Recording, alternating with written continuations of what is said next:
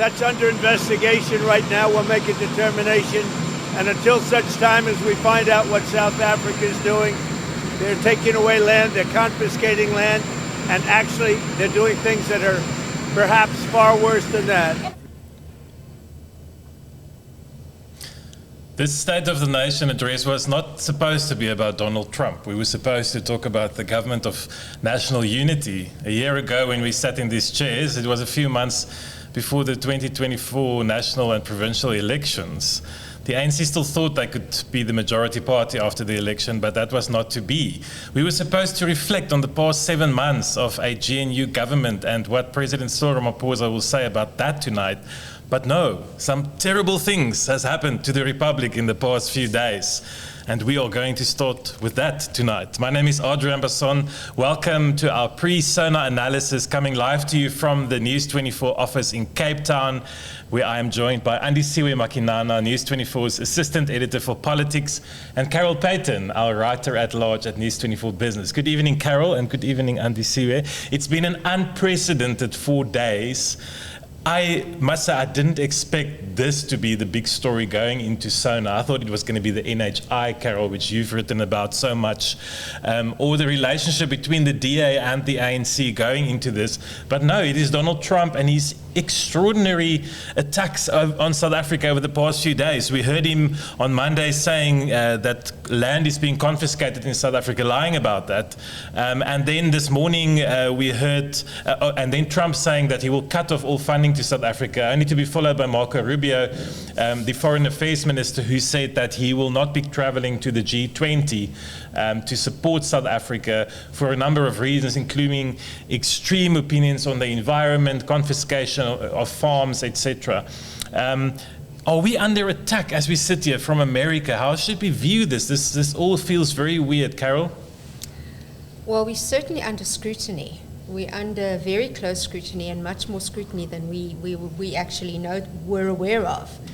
And so there's a lot of focus in Washington at the moment on South Africa, which has come as a bit of a surprise, I must say. But clearly, it's something. There is a sense in Washington amongst the new political elite that South Africa's on the wrong track, that it's doing things. It's got the wrong friends, and that can't go unpunished.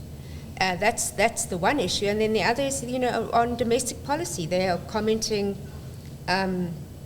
very negatively on domestic policy, Expropriation Act, which we know does allow for nil compensation, but certainly does allow for mechanisms to provide fair compensation. So that's been distorted, and then also other race-based policies which are being criticised, and this is the context where in the US the kind of the whole focus on diversity, equity, inclusion, all of those policies being rolled back like very, very swiftly, and the whole corporate world just pulling back from that, and there being a sense in Washington that, well, we're doing this and so should you. It's been a very startling few days and disturbing. It is very strange to see us in the headlines of international publications talking about, the President of America's latest tweet or social truth message. And Andisiwe, what has been the reaction from the South African political establishment, and specifically the ANC, to these past 4 days? You and your team have been out there speaking to the likes of Vincent Magwenya, the Minister of International Relations and Cooperation, Ronald Lamola, his team. What are they shell-shocked? Are they defiant? Are they in fighting mood? What are they telling us? The world is stunned, not just us in South Africa. And in the main, I think it is the approach that the Americans are taking. We knew of the tensions. I mean, there's been issues even with the Lady R and other issues over the years. And we knew that America hasn't been happy with South Africa going to the ICJ, for instance, taking Israel against the Gaza situation. But I think it's just the approach. You didn't expect the President of America to say the things that Trump said, and it was done in a way that is so it's never seen before. And then this barrage of attack continues on social media. So I think that's the first thing that Africans are not used to, because normally there is a diplomatic way of addressing these things. So I think our government was maybe they were surprised, but I think the handling has not been as bad as with the events of last week around Rwanda, for instance, and the DRC. I think there is some strategy to try to put out the facts, to try to deal with the disinformation. I don't know if there is a right or wrong way to deal with this, but so far I think there's been swift responses from the Minister of International Relations to say, these are the issues, this is our policy, we will engage the Americans, we would like to talk to them to just inform them more about what we are trying to do. Carol, there's been a lot of speculation about why this spotlight is on South Africa. There's our colleague Peter de Tooy wrote a very good piece, I thought, about the role that the likes of the Solidarity Movement in AfriForum has played since the first Trump term to go to Washington, D.C., speak to these conservative think tanks, speak to the likes of Tucker Carlson, who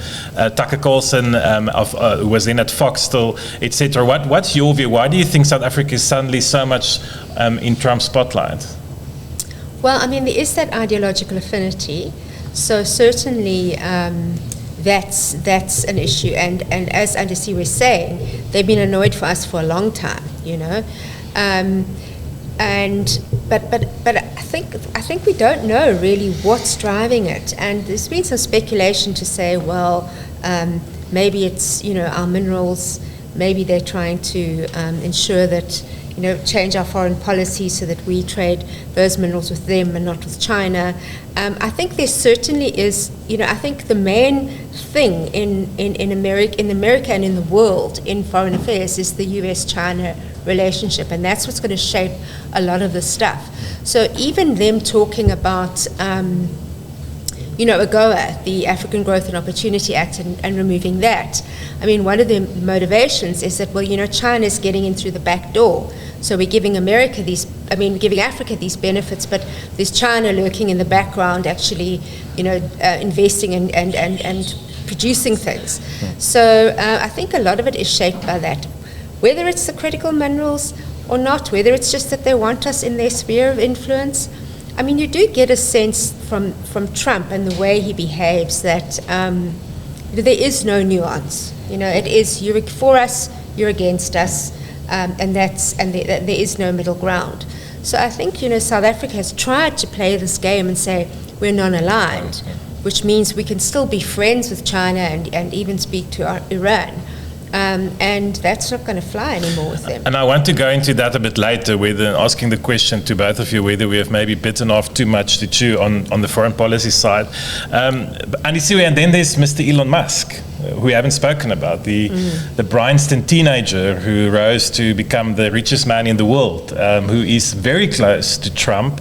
There was a report this week, I'm not sure if you confirmed that, but that President Ramaphosa actually had to go through Elon Musk's father, who still lives here on the west coast of South Africa, to speak to Musk this week in relation to his own Twitter messages about this so-called land grabs that's happening in South Africa.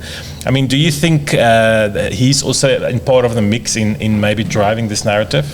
Yeah, he seems to be very much central in what has been happening this week. He has retweeted and affirmed every statement that has been made by the Americans.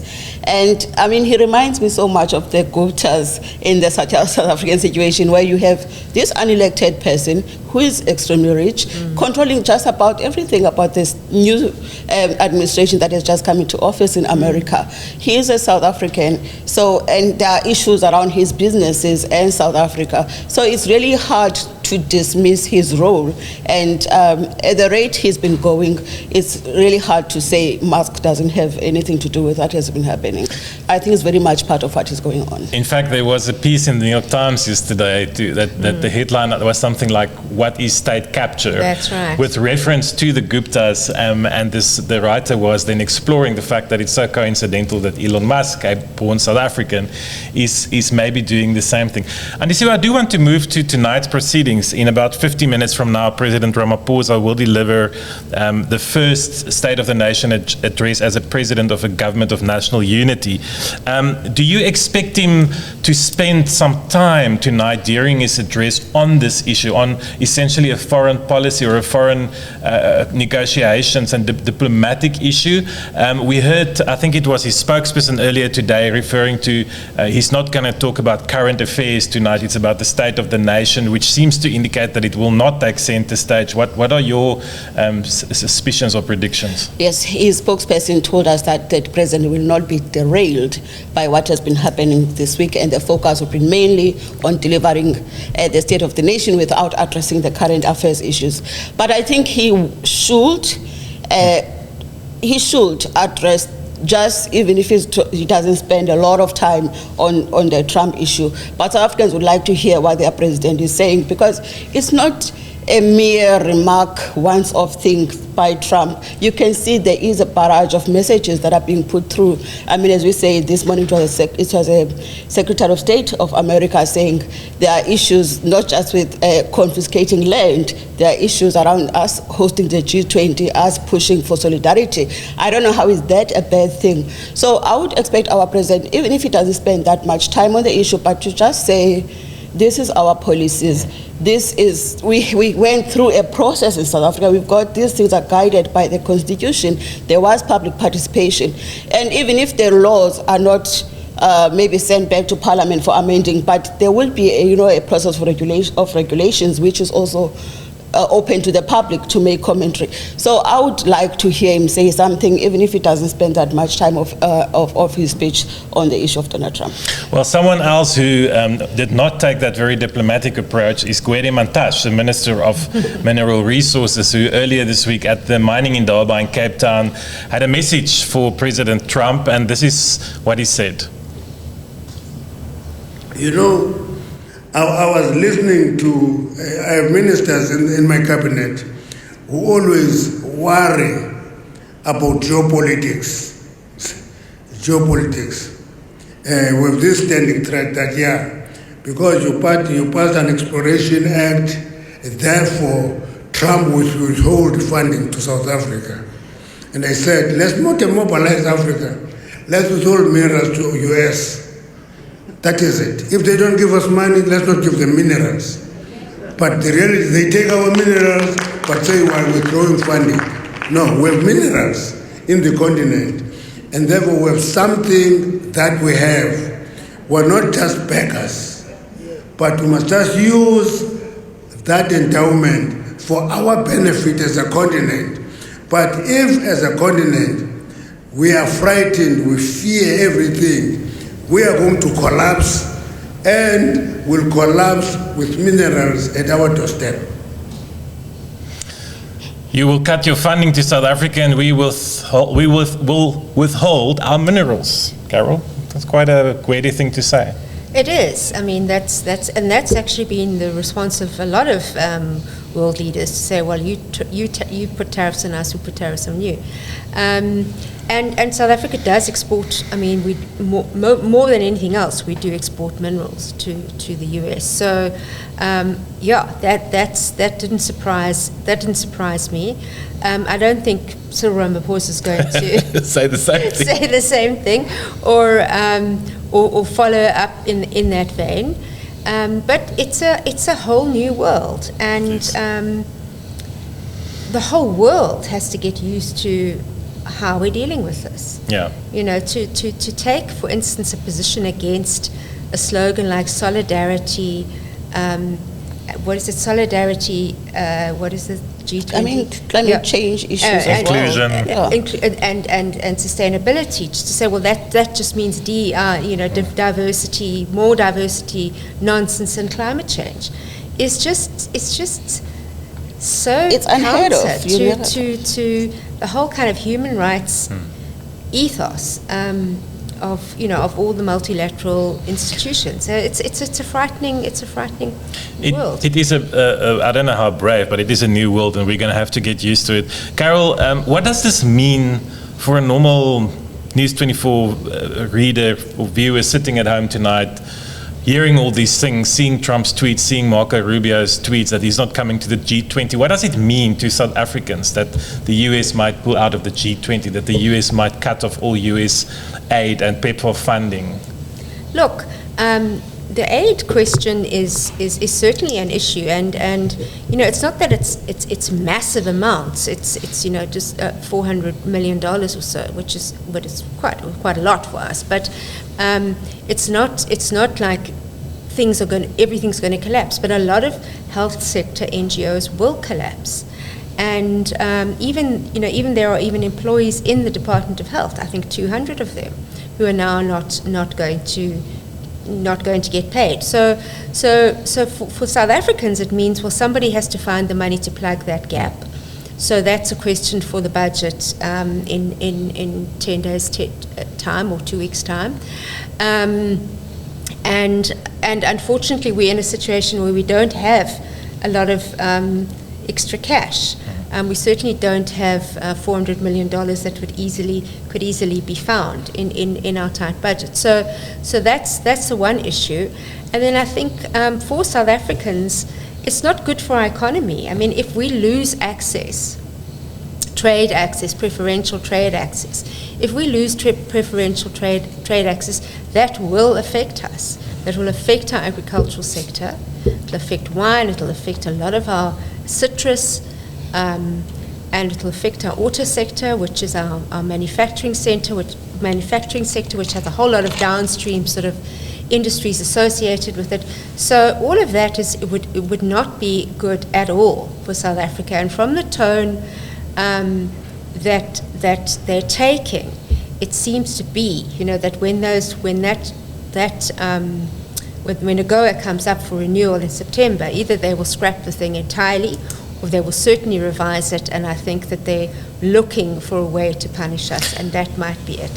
So, Andisiwe, effectively, if we kicked out of AGOA, job losses in South Africa, income losses, and specifically also for commercial farmers. Ironically, the group of people that the likes of AfriForum have been agitating for on their behalf with their trips to Washington. Isn't that ironic? It is ironic. And actually, I see on social media people have been quick to remind AfriForum that you have been driving this disinformation campaign, and actually you stand to lose. So the whole thing now seems like it is backfiring on them. But I also want to go back to the president's response to this whole thing. I think, we all get frustrated with how slowly he does things, how calm he is sometimes when we think he should be taking action. But I think it's exactly the man that we need at this moment, because he does understand what we stand to lose as South Africa, and he understands that he has to be measured. He can't antagonize them any further, and I think maybe it is he's on the right path in dealing with the matters in the way that he does and engaging them any further. And I think if beyond what he's tried to do, and if they continue, then I don't think there was anything that was going to save us in the first place. But yeah, it is very scary for South Africa, considering our job situation as it is, and for the GNU, because job creation is one of its key priorities. I saw yesterday a number, I think it was in a press statement by a group of health NGOs, that said almost 900,000 people could lose their access to clinics and ARVs and medical facilities. So that's quite a catastrophe, and something that the South African government will have to stand in for. Andisiwe, I do want to move on to this issue of foreign relationships. South Africa has always tried since the Mandela days to play all the sides. We are non-aligned. We are friends with Saudi Arabia and with America, with China, and with the EU. The ICJ case, the fact that we went to the International Court of Justice against Israel, who is a big ally of the United States, was of the democratic government and is of the Republican-led government. That hasn't been expressly stated by either Trump or Rubio or Elon Musk as the reason for this, but I think certainly have a strong suspicion that may be one of the reasons America is also coming after us now. Do you think, in hindsight, looking back, that South Africa has maybe bitten off too much in terms of foreign policy, and that we kind of maybe infringed on our non-aligned stance, and that we made life a bit harder for ourselves by going that route? I think we did. But then again, I think it was always to be expected because the ANC, which was governing South Africa at the time we went to the ICJ, has this historic tension with Israel, which goes back to the days of apartheid, has this historic relationship with the Palestinians, and it wasn't a surprise that they took that line, but I think, yes, it was quite a big step, and I think now we are paying for those decisions.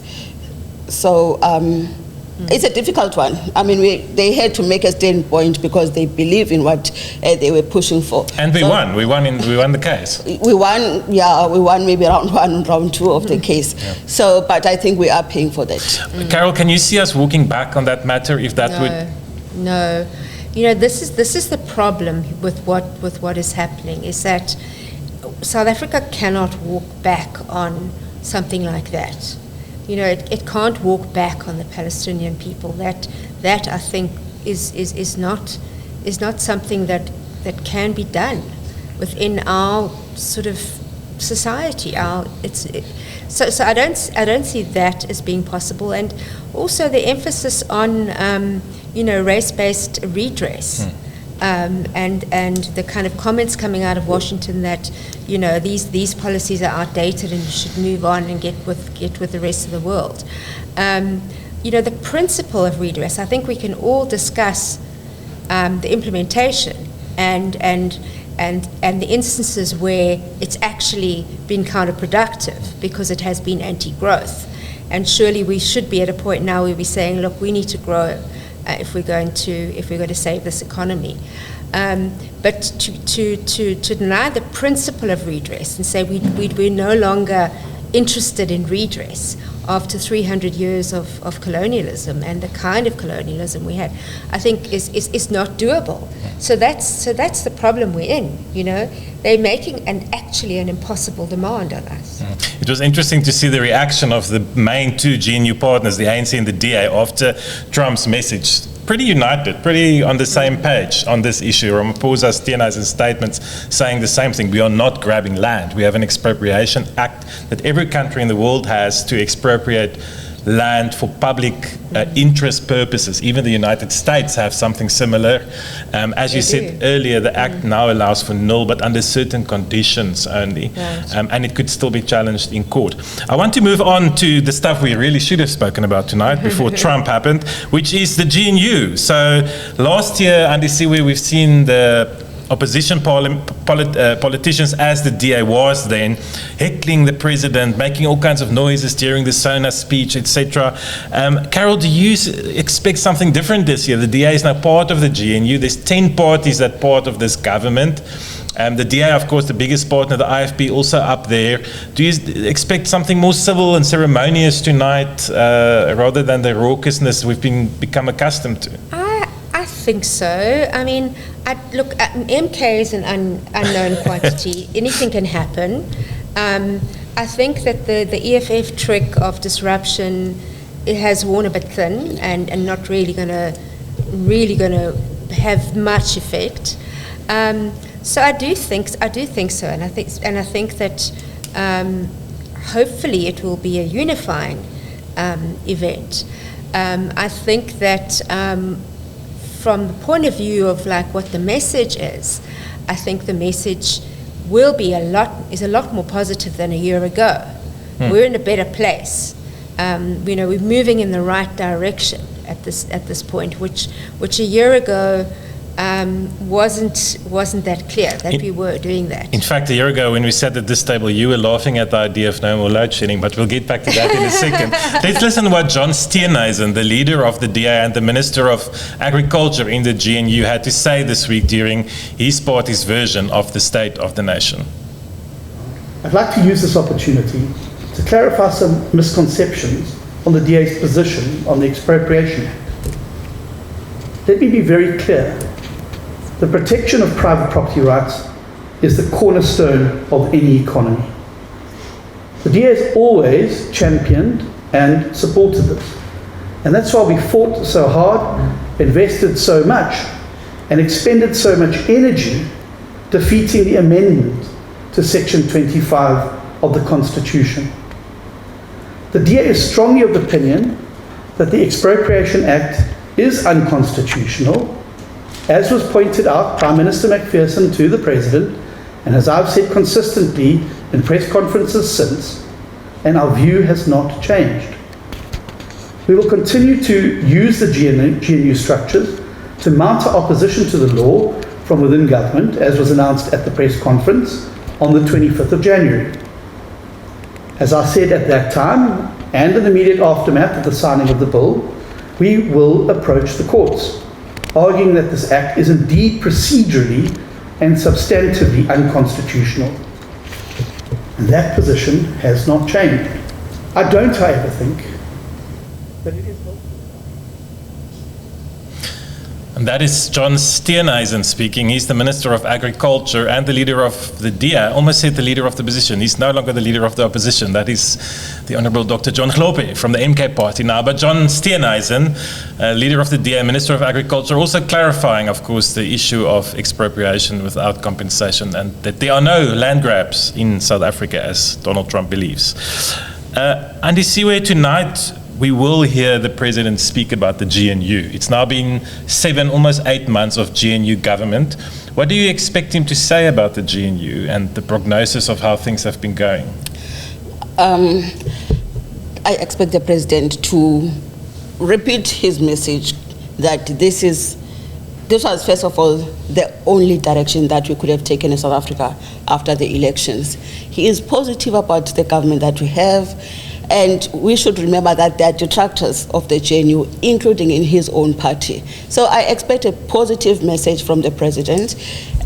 We know that there's been stability in the country. Things could have gone either way when there is no outright majority.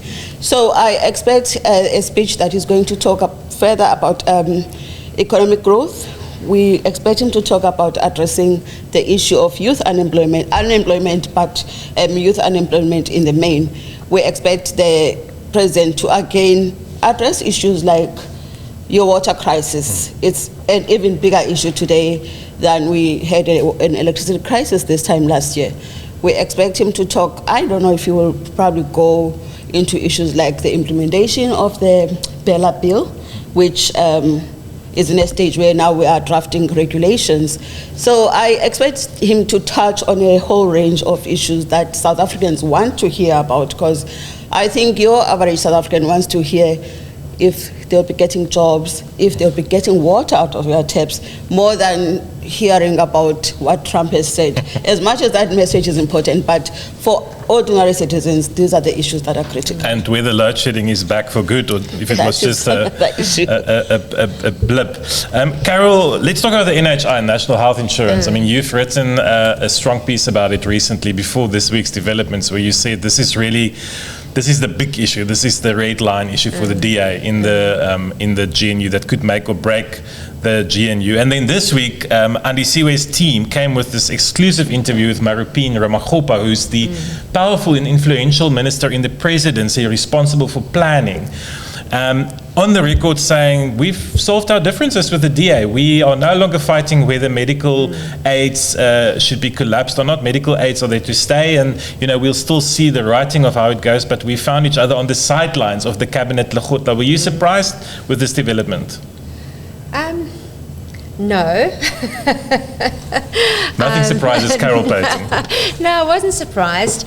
I think that all along there's had to be some sort of compromise on the NHI. I think where we go with the NHI from here is that we certainly will have an NHI, in the sense of we certainly will have a system of financing poorer people through a kind of contributory system. We'll certainly have that.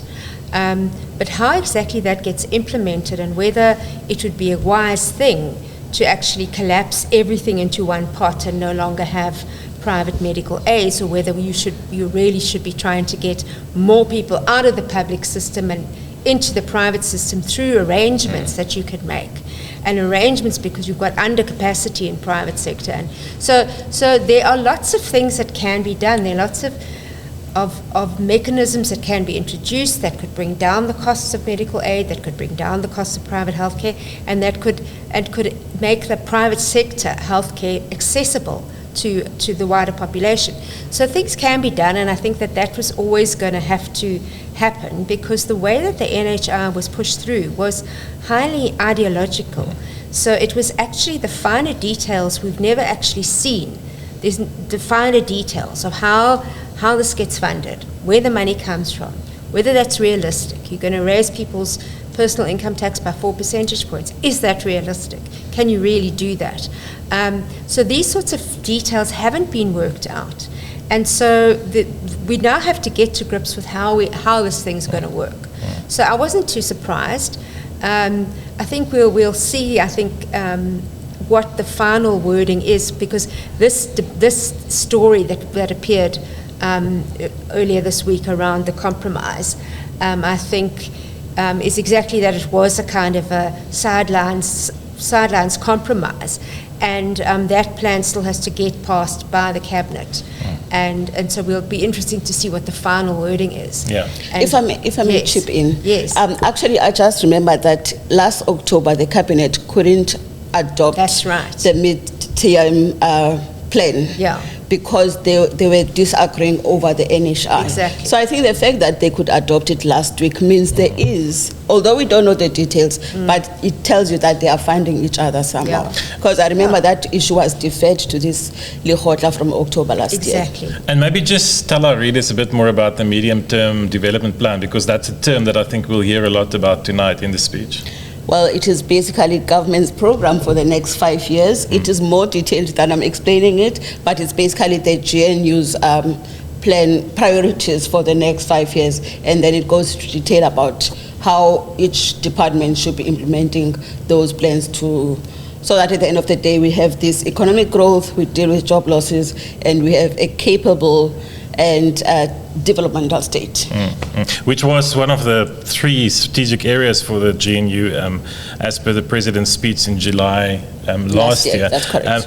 Although, Carol, I mean, let's be clear, the NHI, the funding for it is completely unclear still. The Minister of Finance, Ino Godongwana, who must tell us what the national budget is, must probably still figure out how he's going to fund the project. Yeah, and Godongwana has shown that he's in no hurry. I mean, at the moment we've got a very tight fiscal situation. If we don't cut spending and therefore, reduce borrowing, we will be overwhelmed by our debt, because that's how debt costs rise, and the more they rise, the more they overwhelm you. And so he's in no rush. He's in no rush to create an NHI or to add taxes that are going to contribute to the NHI. So I don't think we're going to get anything. I don't think there's going to be any immediate progress. Well, let's see how the President spins that tonight. I'm looking at a screen of Parliament now, sitting at the Cape Town City Hall. At the moment, we have the military band playing, the brass band playing in front of the Cape Town City Hall. We can see the orchestra doing their thing. We have seen the red carpet being rolled out, the dignitaries, many of them already inside. And we're now waiting for the arrival of the dignitaries. Earlier, we saw Chief Justice Mandisa Maya and the judiciary arriving at Cape Town City Hall. There's the military, a few hundred, it seems, soldiers standing there. And in less than 30 minutes now, the President Cyril Ramaphosa will deliver the State of the Nation address. Carol, I want to go back to July last year. So this was shortly after the election of the GNU, or the deal that gave us the GNU, ANC, DA, IFP, and some small parties coming together. And the President had a opening of Parliament address. It wasn't called a Sona in July last year, where he said there's 3 things that we have decided on, that we have agreed on to do as the GNU. So this is now the ANC, DA, IFP, and all the parties sitting around the table, including Gator McKenzie from the Patriotic Alliance. First one was drive inclusive growth and job creation. The second one was to reduce poverty and tackle the high cost of living. And the third one was the building of a capable, ethical, and developmental state. Can you two basically help me just to talk through these strategic areas? whether you've seen any movement on any of them over the past 7-8 months. It hasn't been a hell of a long time, but it's also been 8 months. So what have you seen happening in these spheres? Well, I think, look, on the growth front, there hasn't been much progress. Also, what we did see was a kind of upward blip in the sort of confidence, in business confidence. So the GNU did give us a bit of a kick up. But, things are tight. Consumers are still very cash-strapped, so there's not a lot of demand in the economy. So, the forecast is not great. We're not going to suddenly grow. I mean, we can maybe, at best, edge up towards 2%, and we've averaged 1%, which is lower than population growth for the last sort of 15 years. So on growth, we haven't seen anything. I think that what has happened with regards to growth is that government's structural reform program has really got some traction. And although we're not seeing it in the numbers yet, I think what we are seeing is a situation in which the reforms that have been made to the electricity sector and to the transport sector are now irreversible. It's going to be very hard to reverse her. So we are going to be seeing the introduction of a competitive electricity market. And we are going to be seeing the introduction of third-party operators onto the freight rail system. So those sorts of reforms are the things that we need to do to unlock growth. And so I think there's been a lot of progress made there. I do hope we start to see it in the numbers soon. And you see, one of the other big things that I have noticed, and tell me if you agree, was what seems like almost incredible leaps made at the Department of Home Affairs under Dr. Leon Schreiber, the minister from the DA, who has literally liberated the visa system, reformed the visa system in a few months. It's almost incredible to think that it could have been done that fast. Are you in agreement with me that was also a big Actually, shift? we recently ran a funny story about how in 2024, if you wanted a job at Home Affairs, you had to fill in the government Z83 form. You had to submit your CV in hard copy. I mean, those are like legal small things that you do not understand. Why were they still doing this in 2024? So much so he's come across and brought these changes. It's like your little mini things, and he did it with a budget that was already allocated. It was done in-house, and he's introduced a program where you have small companies bringing in tourists from India and China, and it's, those legal sprouts here and there, they've made so many changes. Yes, he's dealt with the backlog on the visa applications. I think they had 316,000 applications that they had to deal with. And by December last year, that was all resolved. That frees up the staff to now deal with the new applications. And it makes so much difference for people that need that service. We all have to go to Home Affairs. If it's not for birth certificate, for ID, for passport, for death certificates, we stand there in long queues for days on end. So by him tackling these issues, and when you listen to him, it's like, how was this not figured out in 30 years? So I guess he should get a mention in tonight's speech. And he's so big on digital migrating Home Affairs. I mean, the government 10 years ago introduced, it was a pilot project where you could go to the banks to get your smart card ID. It was introduced at 30 banks. 10 years later, it is still at 30 banks. It's working well. Why didn't you expand it? So those are the legal things that I don't think they are big things that is done. Those legal things have made so much difference. And I think it should get a shout out from the president. And Carol, that's an example of the GNU working. And I mean, someone like Schreiber and the DA will take points from that, right? Absolutely. Look, the DA is not shy about telling us how good they are. So we've all heard a lot of that. I think just to comment, on this sort of dramatic improvement that he's made. I think that and the sort of progress at Eskom, where they have actually really improved the performance of their plant, shows that things can be turned around. Change is possible, and so I think that's really inspiring and something really good. I hope that it would be great if we could get some similar momentum into something like the mining sector, which would make a tremendous difference to livelihoods if we could do that. Cost of living, have we seen any major change? Look, inflation is lower than it has been for a very long, ever, I think. So inflation is under control. I mean, obviously that has come at a cost. That has come at a cost of high interest rates, and so we've had very little demand in the economy as a result. But cost of living, inflation's under control. I think the big problem still is that people are still trying to catch up. Debt and those sorts of problems that makes it really difficult to catch up and to actually feel a difference. But prices are certainly not rocketing up the way they were. So if you're at home and you haven't felt that GNU effect in your pocket when you go to the shops, that is a real feeling. It may not have come yet, but what we're hearing from my esteemed colleagues here is that some of the structural problems that we have in South Africa has started to being fixed. Things like load shedding, things like the visa system and the transport system. We now see the dignitaries arriving. Who is that? That is the Deputy President, Paul Mashatile, and his wife arriving at the City Hall of Cape Town, sitting as Parliament. Carol, let's talk about Eskom, your favorite topic in the world. Yes. 300 plus days without load shedding, and we must make the sum. It must put the sign up somewhere. It's 30 something. Yeah. And then last weekend, bang, load shedding.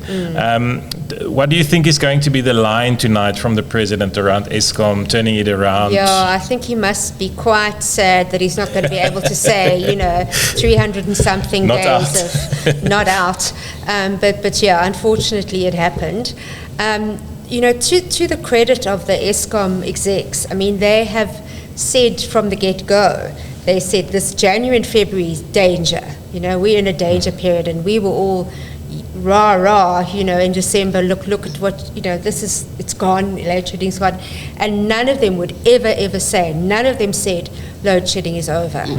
And they always said, well, we take out a lot of plant for maintenance in summer, and if something goes wrong, well, we can hit problems, and so it happened.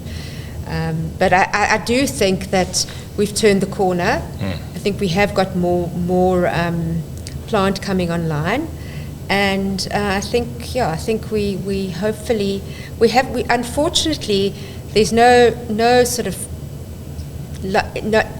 lower prices are not in sight. I think we're going to carry on paying quite high electricity tariffs. I had an interesting debate on the weekend with some friends around who should be credited for the Eskom turnaround, because I'm sure the previous folk like De Ruyter and Uberholzer will say, well, we started the maintenance program. There was no maintenance when we came there, and the new guys kind of inherited the successes we started. No, What's your I don't take on agree. that? I don't agree with that. You see, the problem is that De Ruyter was fighting with one arm tied behind his back, So the kind of things that changed the situation were the procurement system, whereas De Ruyter had to buy through these middlemen, and he wasn't allowed to, procure directly from original equipment manufacturers. That changed, and a second thing that changed, for instance, was incentives. He wasn't allowed to pay any bonuses, and bonuses were brought back for the production, for the generation staff, and that changed. That really changed a lot of things. De Ruyter, I think they did start to put systems in place, basic things like control, inventory, and that sort of thing.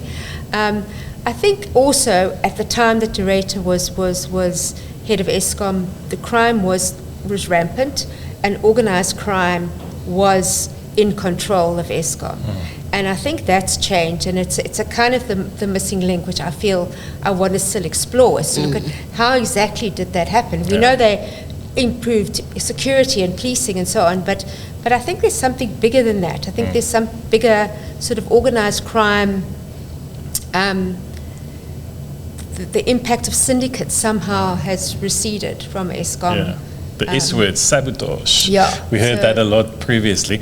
It is interesting, and we will closely listen to what the President has to say about who he's creating. The Minister of Electricity, Jose Ramaphosa, will probably also get a shout out on this way. Yes, I agree. I mean, yeah, last weekend must have killed the president's spirit because it just, imagine that 310, 20 days of electricity, now you have to go back to scratch. But yeah, I mean, South Africans are very positive towards Minister Ramaphosa. I think it's the only minister that people actually like because you can see the results, you know, every time you switch on and the lights come on. So I think he will probably get a shout out. It was chaos in my house when we had to find those little Builders Warehouse lights again. They weren't charged, so we had to get candles. I hope that's a thing of the past. Carol, I want to talk about rail. One of your other hobbies is studying Transnet very closely. And we've really seen major achievements in this space. And it's a bit of an unsexy story, but incredibly important to get the economy going, to get the coal going. Tell us what's happened in that space with Operation Vulindlela, with the private sector involvement, and why can the President be proud of that tonight? Well, look, the thing is, nothing big has happened yet, but we are sort of on the cusp of things happening.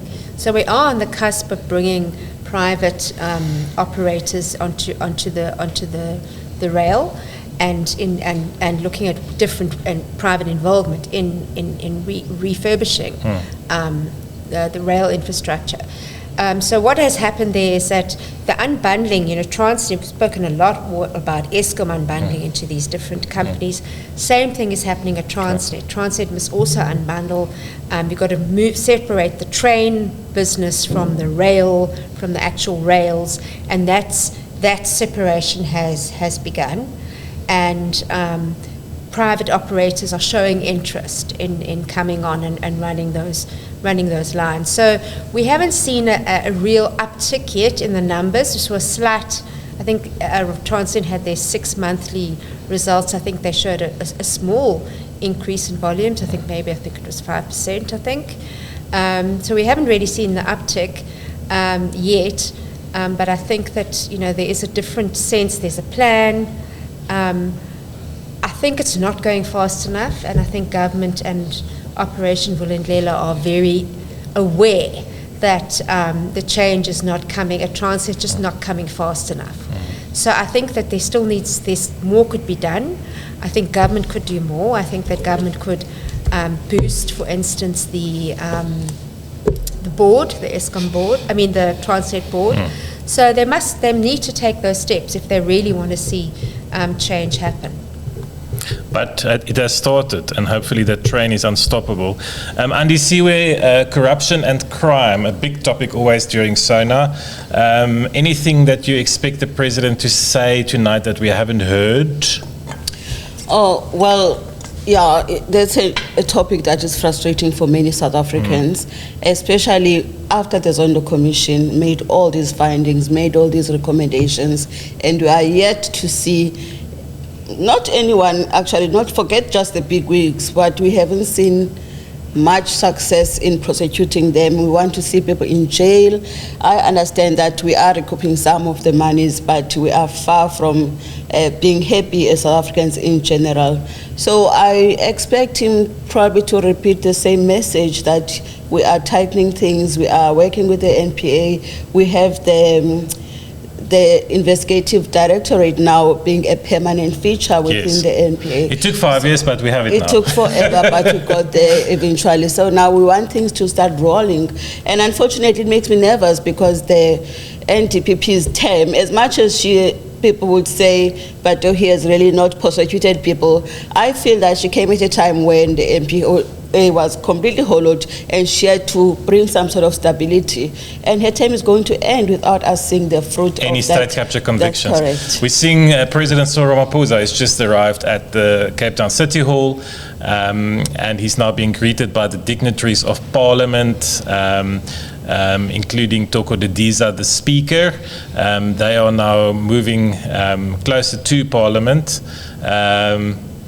Do you know who's accompanying him tonight? I don't know the young lady, but it's definitely not Dr. Motsepe. It's not his wife, Dr. Motsepe. It's not his wife. Hopefully a daughter.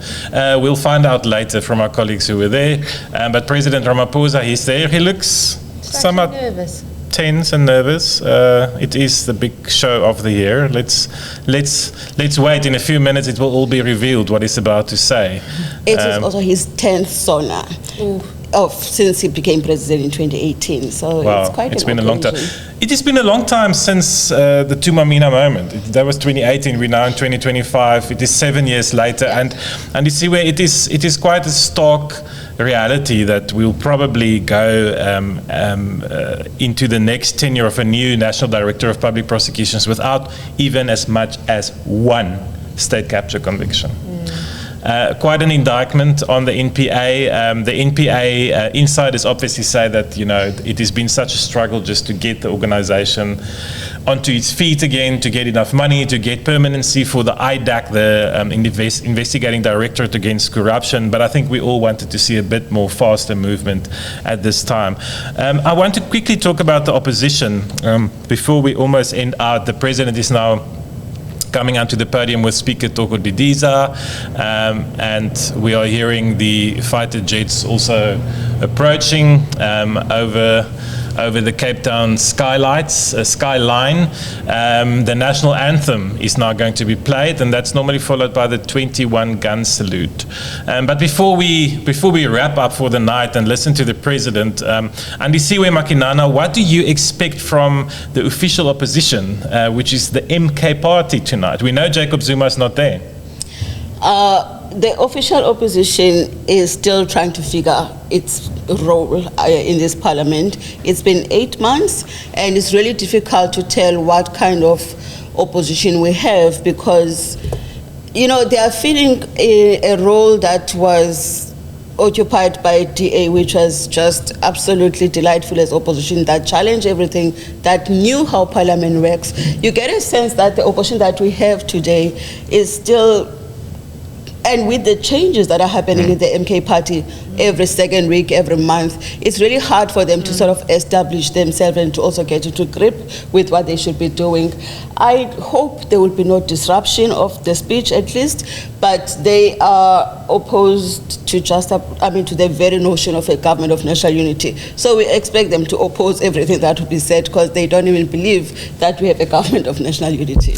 Carol Payton, just as someone asked me earlier this morning, do we miss the DA as opposition? And I actually said yes, because I thought, the DA was a very good opposition party. The amount of questions they submitted to the ministers, you're nodding your head. Absolutely, yeah, no, they were very, very, very good. And, sometimes their tone was a bit jarring, but now we miss it. There's nobody that, who's really, you don't get a sense in Parliament that, the question times that I've watched have really been pretty boring. Yeah, and you feel that the DA is also conflicted because someone like Siviwe Gwarube, the Minister of Basic Education, this year had to announce a matric results number of 80-90%. I don't know what it was, very high. But the DA was always the first one to come out the next day and say, well, the real matric pass rate is lower than 50% because if you track kids who were in grade 1, who's now in matric or who wrote their matric, almost half of them dropped out along the way. So the DA seems to be struggling still, and this identity. Also struggling with its identity, especially in Parliament, because just a handful of them made it into the executive. So the rest of the DA caucus doesn't know whether it is executive or it is opposition. As a result, it is the most quiet party in Parliament at the moment because they can't really oppose because they are part of this government. At the same time, there's a large number of MPs who don't, still trying to figure out what their role is. It is one of the issues that I think they have to deal with. The sooner they do that, the better. Well, the President and his entourage have now entered the Cape Town City Hall for this year's State of the Nation address. And we will be with you during the night as News24. We will bring you quick analysis of the President's speech, his big announcements, and what it means for you, the South African public. Thank you very much for joining us. Carol Payton, as always, thank you. So nice having you on set. And Andy Siwi Makinana for the first time. That was fun. Thanks for joining me. And now the real work starts. Thank you for watching and listening to us. Please stay tuned to News24 during the night as well as tomorrow when you bring you quality, trusted journalism. From me, Adrian Basson, thank you and good night.